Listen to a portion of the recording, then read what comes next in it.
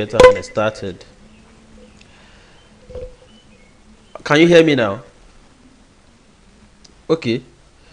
So I was saying, thank you for the feedback. Yes, thank you very much. I was saying that if we have $400 billion in the past 10 years from oil sector, okay, and we don't have anything new to add to our national structure, infrastructure, anything. Who can help us with the information or statistic of when we only had cocoa before oil was discovered or introduced into the national revenue scheme? And why is it that at the end of the day, when we have more, we have less to show for it? When we have more, when we have more resources, we have less works, projects, or outcome or output to show for it. And the citizens are also not helping matters by not coming together to ask serious questions.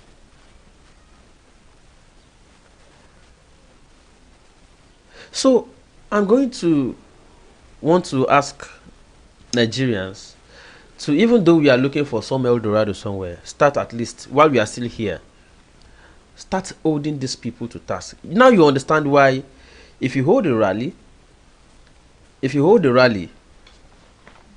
making demands on them, saying we don't want this, we want accountability, they will shoot you gun because you are making valid demands. Unfortunately too, they are afraid that if more people come out, they will be overwhelmed.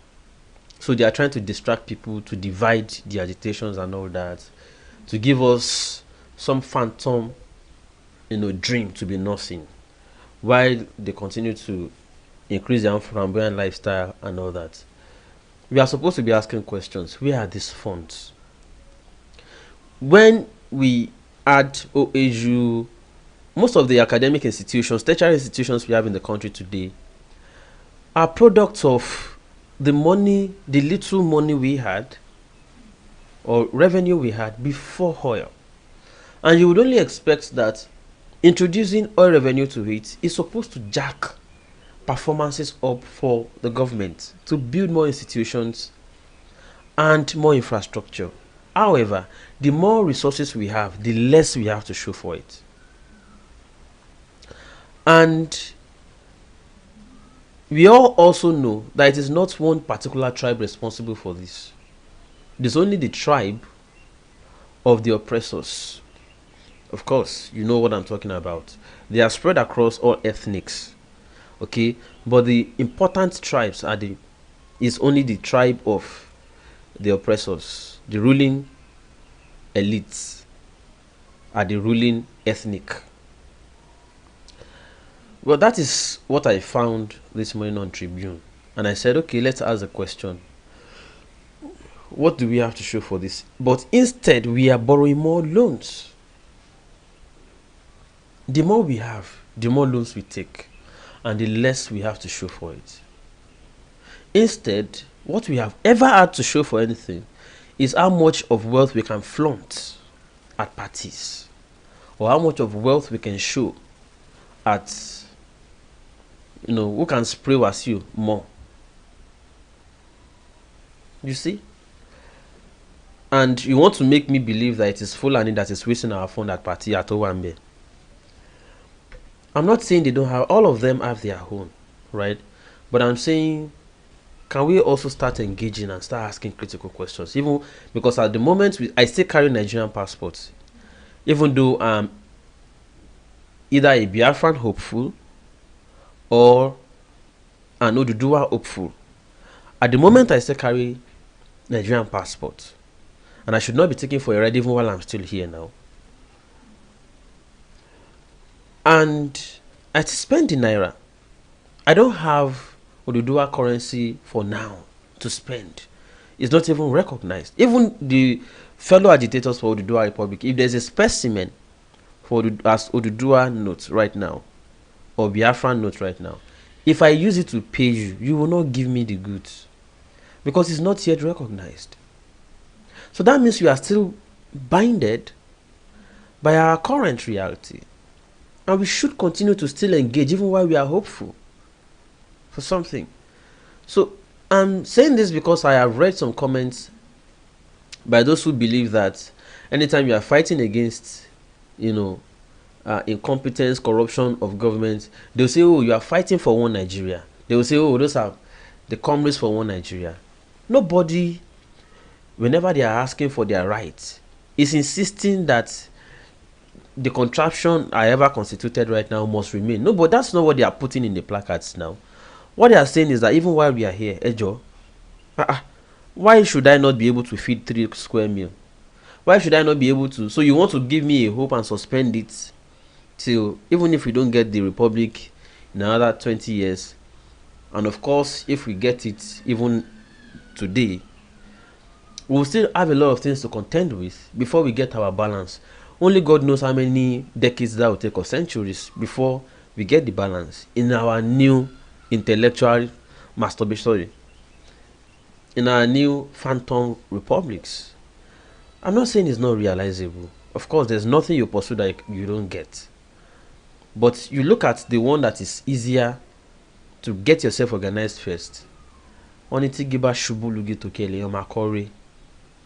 still here. We still spend the naira. We are still affected by the rules and the policies in Nigeria.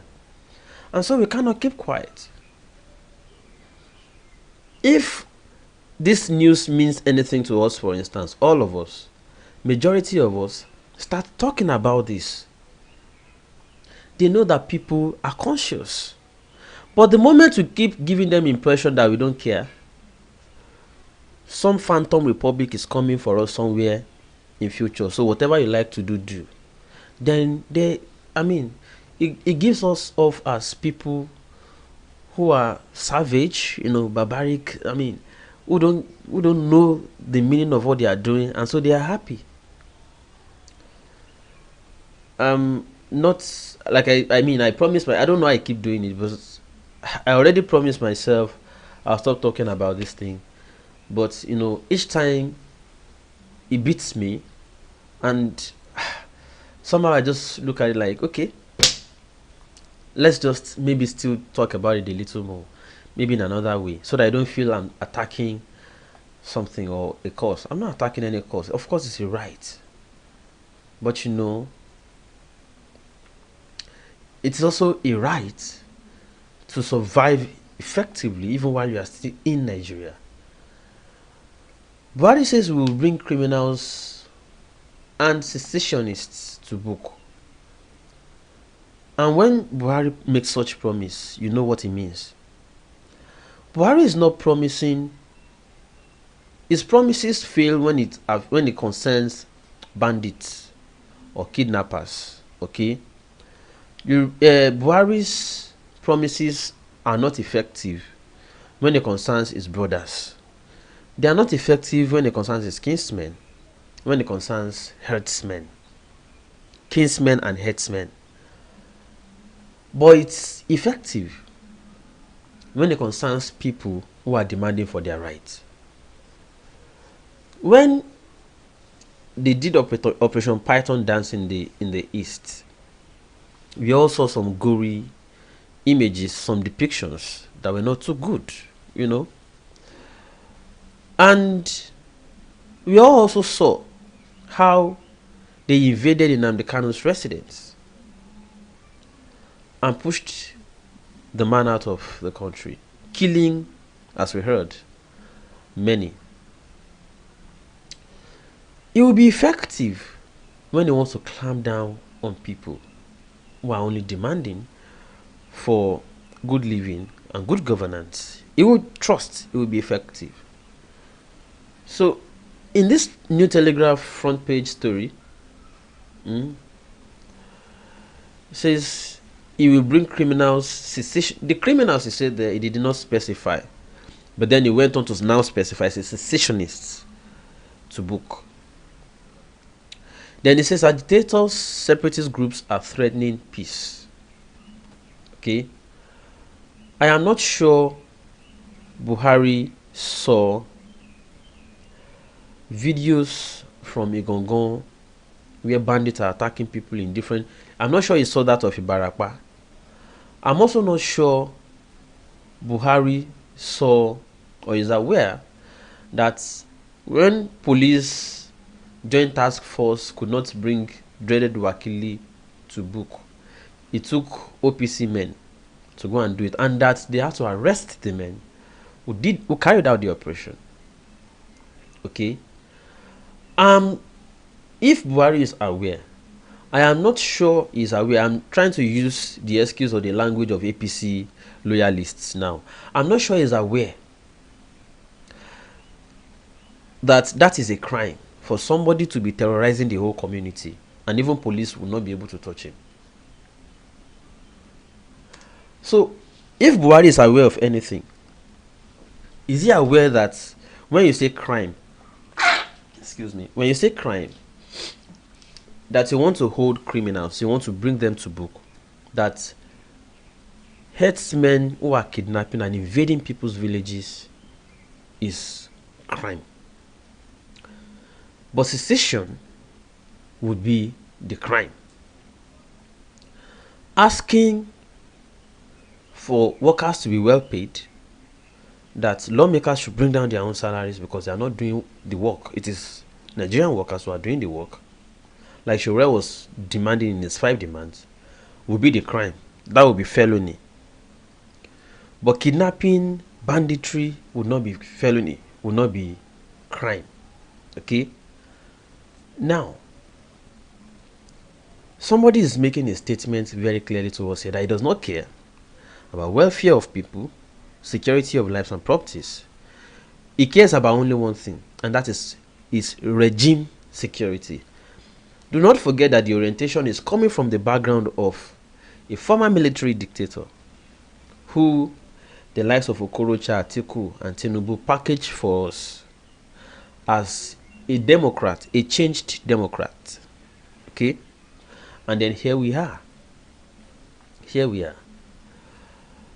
Now, I take you to the next, and which is the last paper I selected today for discussion. They say search for Buhari's successor begins as APC stakeholders list criteria. Let me read what's beneath it. So we must set agenda for next president now, Okorocha. Rise and take your rightful place. Party leaders tell youths. Let's forge a better future for APC president. And I want to react. You see, when you have a Buhari still holding APC together,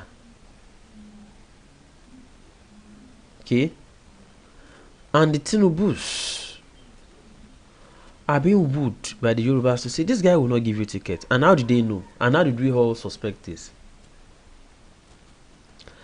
The new EFCC guy is now taunting Buhari for probe, and they left it all along until it is time to get successor for Buhari. It is now time APC wants to seriously prepare a successor for Buhari.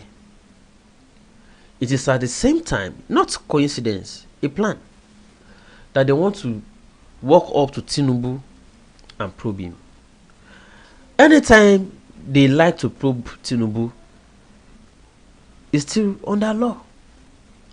The law does not say it is only at so time you can pick somebody. So even if it is a day to Tinubu collecting his ticket, or even immediately he collects, that they pick him up and try him for corruption, of course, it's still, as far as it's still within the ambit of law, you can pick anybody up anytime. Maybe they want to say, oh, this is the time they just got evidence. They didn't get it before. Now, Yoruba politicians know this already, that this is the game to target Tinubu and demobilize him ahead of 2023, and they want to use EFCC to harass him. What they are doing therefore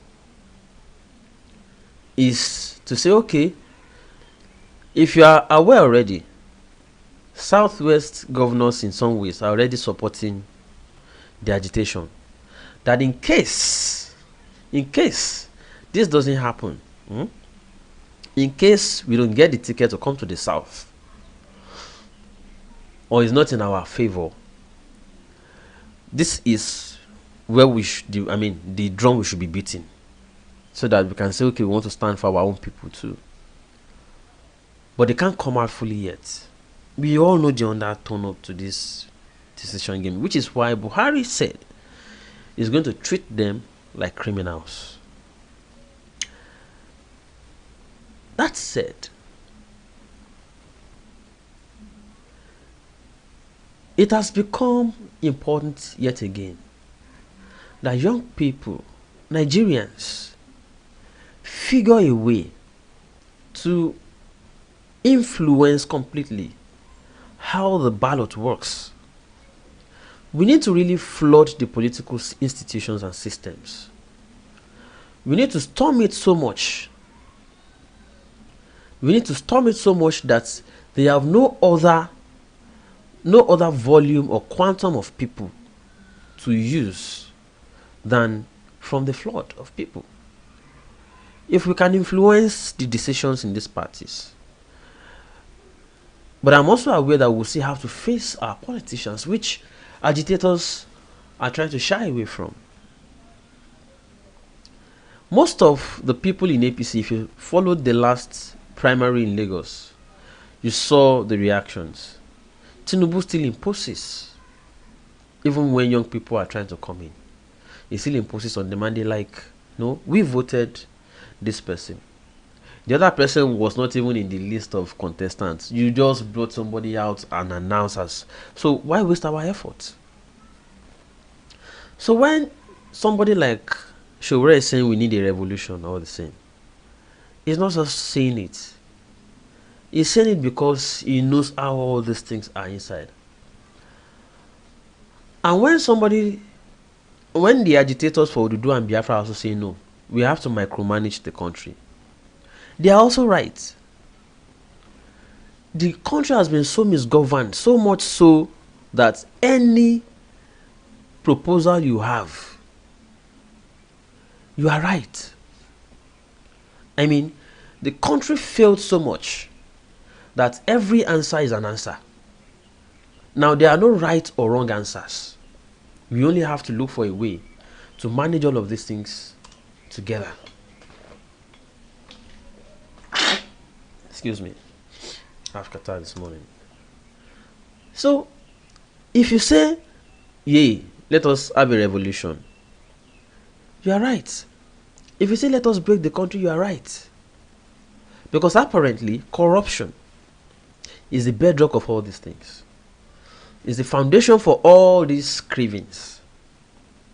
So whatever you say, you are right. There are no right or wrong answers anymore. Everybody is right, but their perspectives are just the things that make the difference here. But all responses to this problem are right. So, gentlemen and ladies, my proposal, breaking the country is not something that is as quick as now. Yes, working on it is also welcome.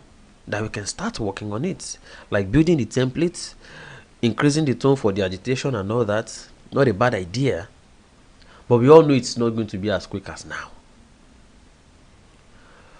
However, even if you want a referendum, you can't have it from a leadership like this. So if you still don't put the right leadership in place, you can't have, or if you don't have right to even common census, you don't have right to even freedom of expression, how do you have right to referendum? So you got to still have a truly democratic government in place. You truly got to still have a truly democratic government in place. I'm going to respond to comments next. So we truly need to have a real democratic government in place first, before we can achieve a referendum. Because a government that does not even recognize your right to freedom of movement, expression, freedom or any freedom at all, cannot respect your right to referendum or self-determination. It's not possible. So while we have the long-term ambition of micromanaging the country by breaking it apart for people to have their own republics, we also have a duty to live effectively in the now. So we must look for a way to come together. We must be able to come together. And while we work on the templates for self-determination to come about, which may not be as fast as now, we are also not shortchanging ourselves by allowing these politicians to continue to ride roughshod on us. And that should not be difficult to harmonize. And that is my proposal. It's also welcome for you to disagree. Of course, it's the beauty of democracy. Gentlemen and ladies, my name is Segun Holo. I close today by giving you Vagabonds in Power. I have kata and I need to quickly go and take care of myself. I'm sorry. Bye for now.